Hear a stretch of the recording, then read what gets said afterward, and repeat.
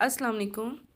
Last lecture में molecules के movement के बारे में स्टडी किया था कि मॉलिक्यूल्स सेल के अंदर और बाहर कैसे मूव करते हैं। तो हमने डिफ्यूजन, फैसिलिटेटेड डिफ्यूजन और ऑस्मोसिस को स्टडी किया था डायग्राम के साथ। आज के लेक्चर में हम filtration, active transport and endocytosis और एक्सोसाइटोसिस की स्टडी करेंगे। इजी डेफिनेशन के साथ साथ इनके इजी डायग्राम्स भी हम देखेंगे। अब देखते हैं सबसे पहला टॉपिक जो है फिल्ट्रेशन। नाम से जाहिर है फिल्टर करना, यानी इसमें हमने वाटर और सोल्यूट मॉलिक्यूल्स की मूवमेंट को स्टडी करना है कि कैसे सोल्यूट और वाटर के मॉलिक्यूल्स कैपिलरी वॉल में से फिल्टर होते हैं। सबसे पहले डेफिनेशन देखें। Filtration is the movement of water and solute molecules across the cell membrane due to hydrostatic pressure. Hydro का मतलब था वाटर, यानी वाटर का pressure generated by cardiovascular system. Cardio mean के हार्ट का जो सिस्टम है सारा, इसमें आर्टरीज और वेन्स का जिक्र है।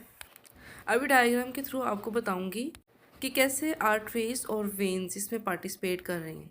अब इस फिल्ट्रेशन के प्रोसेस में क्या होगा, प्रेशर जो एक्सर्ट होगा, उस प्रेशर की वजह से लार्ज मॉलिक्यूल जो हैं वो मेम्ब्रेन के पोर में से गुजर ही नहीं सकते। जस्ट स्मॉल मॉलिक्यूल जो हैं वो इसमें से गुजर जाएंगे, जैसे कि पानी है, कार्बन डाइऑक्साइड है, सोडियम आयंस हैं, पोटाशियम आयंस हैं, ग्लूकोज है। अब इसकी डायग्राम की स्टडी करते हैं। ये आर्ट्रियोल है, एक तरफ वेन्यूल है, सेंटर में हमारे पास कैपिलरी है जो कि बहुत नैरो होती है। अब हमने इस कैपिलरी में हाइड्रोस्टैटिक प्रेशर की स्टडी करनी है और फिल्ट्रेशन के प्रोसेस को समझना है।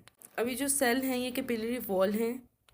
अब सेंटर से मैं इसे हाफ कर रही हूँ क्योंकि पिक्चर में लेफ़्ट साइड जो है जिसे हम आर्ट्रियोल बोल रहे हैं, इसमें जो ब्लड होगा ना वो हार्ट से आएगा और ऑक्सीजनेटेड ब्लड होगा, और वेन्यूल में डीऑक्सीजनेटेड ब्लड होगा। इन दोनों ब्लड को डिफ्रेंशिएट करने के लिए एक एरिया पे मैंने लेड पेंसिल से शेड कर दिया है। अब आर्ट्रियोल वाली साइड पर हाइड्रोस्टैटिक प्रेशर जो है वो हाई होगा और ऑस्मोटिक प्रेशर जो है वो लो होगा, और वेन्यूल में इसकी ऑपोजिट कंडीशन होगी। अब अगर हम वेन्यूल में देखें कि हाई ऑस्मोटिक प्रेशर है, इट्स मीन कि सोल्यूट कंसनट्रेशन इसमें हाई है, ज़्यादा है।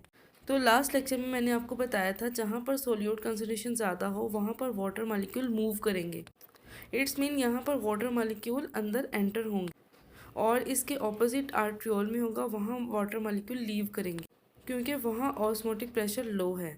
ये था फिल्ट्रेशन का प्रोसेस जिसमें हमने वाटर की मूवमेंट और सोल्यूट मॉलिक्यूल की मूवमेंट को स्टडी किया है।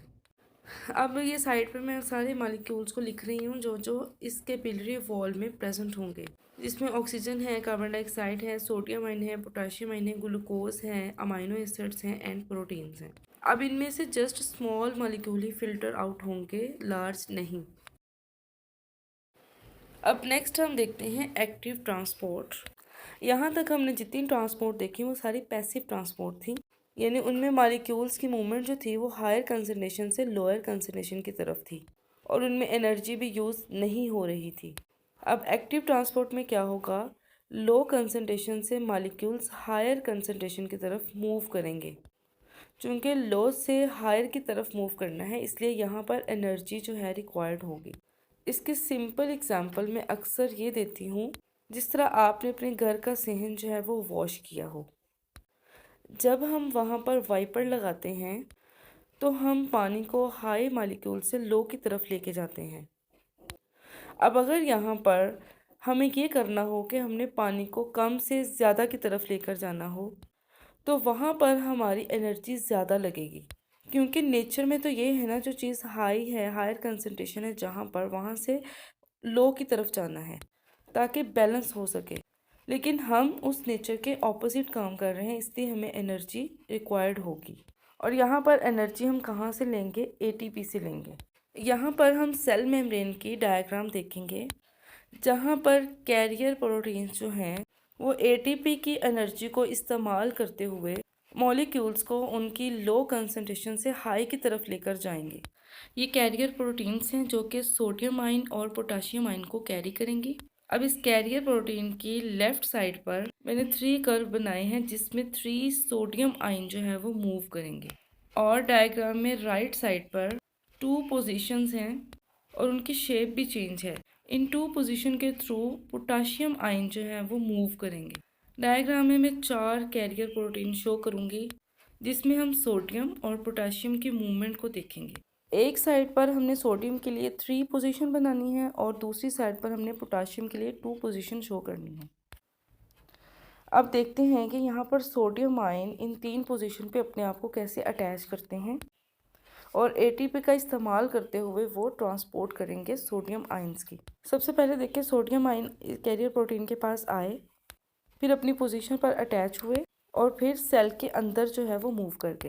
और जब सोडियम सेल के अंदर आए तो पोटाशियम जो है वो सेल के अंदर से बाहर को मूव करेंगे। अब हम एंडोसाइटोसिस और एक्सोसाइटोसिस को भी डायग्राम के जरिए स्टडी करेंगे।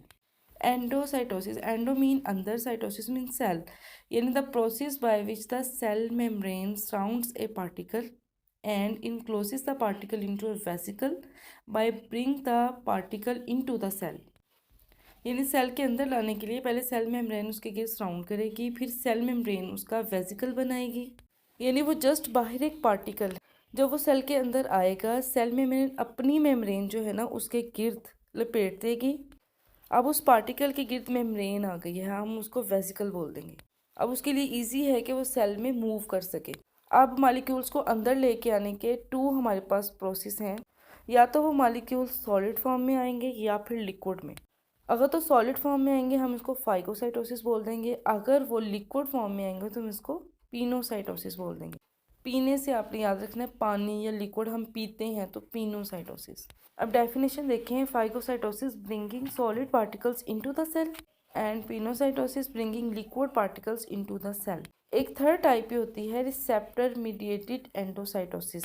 अब इसमें नाम से जाहिर है कि जो पार्टिकल होंगे वो रिसेप्टर के साथ अटैच हो जाएंगे, रिसेप्टर जो कि सेल मेम्ब्रेन के ऊपर प्रेजेंट होंगे। उन रिसेप्टर के साथ अटैच होकर मॉलिक्यूल जो है वो अंदर मूव करेंगे। अब डायग्राम के थ्रू देखते हैं कि मॉलिक्यूल कैसे सेल के अंदर जो है वो मूव कर रहे हैं।